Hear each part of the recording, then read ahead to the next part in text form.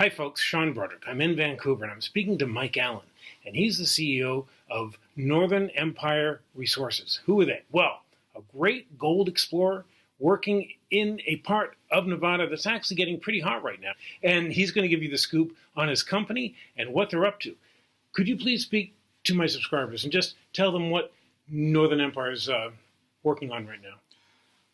Be delighted to. Northern Empire has acquired the Sterling project. It's about 2 hours northwest of Las Vegas.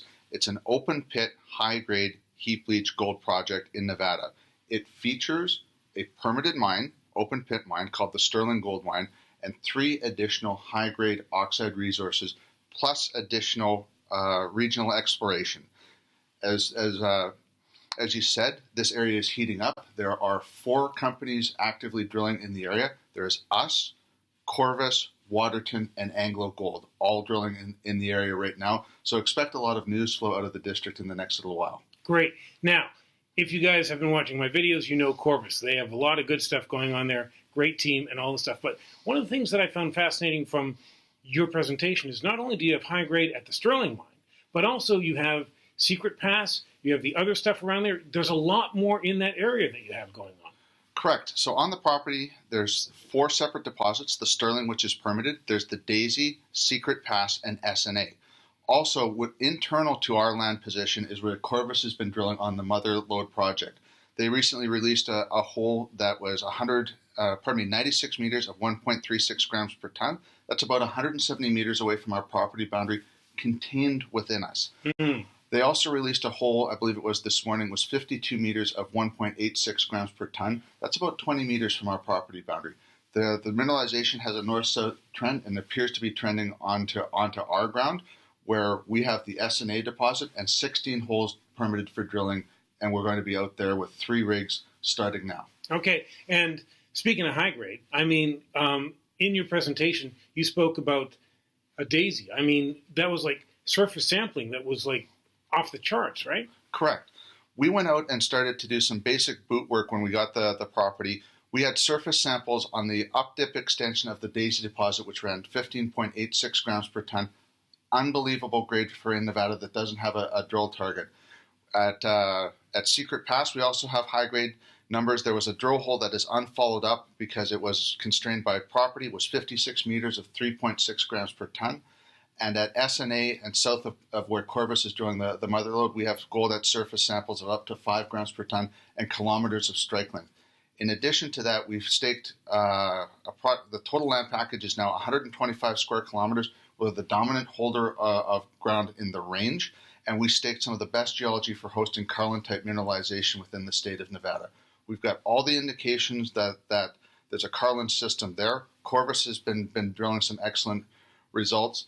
Our surface sampling shows gold at surface, a mercury anomaly, the right host rock, which is the Roberts Mountain Formation and Lone Mountain Dolomites, and obviously the best indication for gold is there's gold there. So right. We've got a lot of work to do. There's going to be a lot of news flow coming out of the company over the next year. We've just launched into a 15,000 meter program. 3 rigs going to be on the property, 2 going right now, 1 more coming in the next week. And so I would anticipate news releases every 4 to 6 weeks throughout the entire year. Mm-hmm. Okay, and one point that I think maybe we should emphasize, this place was a working mine before. I mean, it was actually that good, right? Correct. So there was 2 operators on the ground that we had. Imperial operated the Sterling mine, which is a permitted, we've inherited the permits from them. We can stick the shovel in the ground tomorrow. It's a 3.6 grams per ton oxide resource, which has historically gotten 88% recovery, run of mine. Tremendous grade for the state of Nevada. Mm-hmm. The northern part of the property, what we call the Crown Series of deposits, that was operated by Glamis and Ray Rock in 1996 to 1998. They permitted a 10-year life of mine, assuming a $400 an ounce gold price. They started it at $380. And the gold price went away from them. They ran it down to $280. 2 years later, called it quits. So there was historic resources that we had there. We've since upgraded them to 43-101. Combined resource inventory on the property, 709,000 ounces at 2.2 grams per ton in 4 separate deposits. That's amazing. So one person's problem, which is that in the past, the price of gold got just way too low. They couldn't operate the mines anymore. Now things have turned around. What way are the gold prices going now? Up, much higher than they were when they shut down those mines. And the potential for these guys is just increasing more and more. It looks very exciting. And so is there anything else you'd like to add?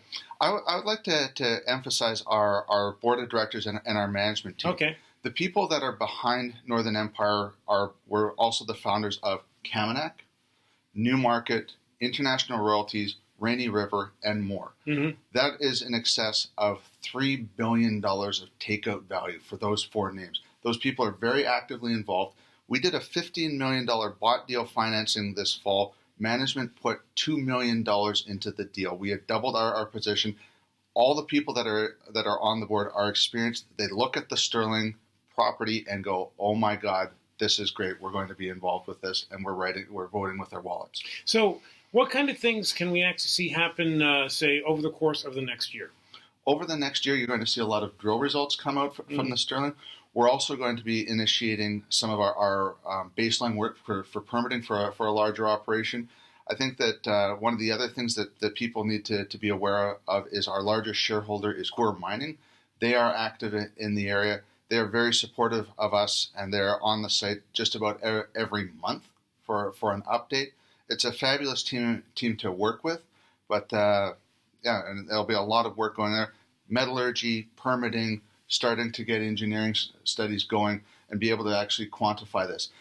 The other part of this is we're going to take a step back and look at this project regionally. This area has not been explored actively since about the early 90s. Mm-hmm. So we now have the dominant land position. We've locked down what we think is all the good ground that we can get. Let's get boots on the ground. Let's start making discoveries and add to that project pipeline. We've got a permitted mine, we've got resources, and we've got massive blue sky to us. Mm-hmm. Okay, great. Well, fascinating find here in Vancouver at the Metals Investor Forum. Thank you very much for speaking to my subscribers. You folks stay tuned. I hope to have more for you. This is Sean Broderick.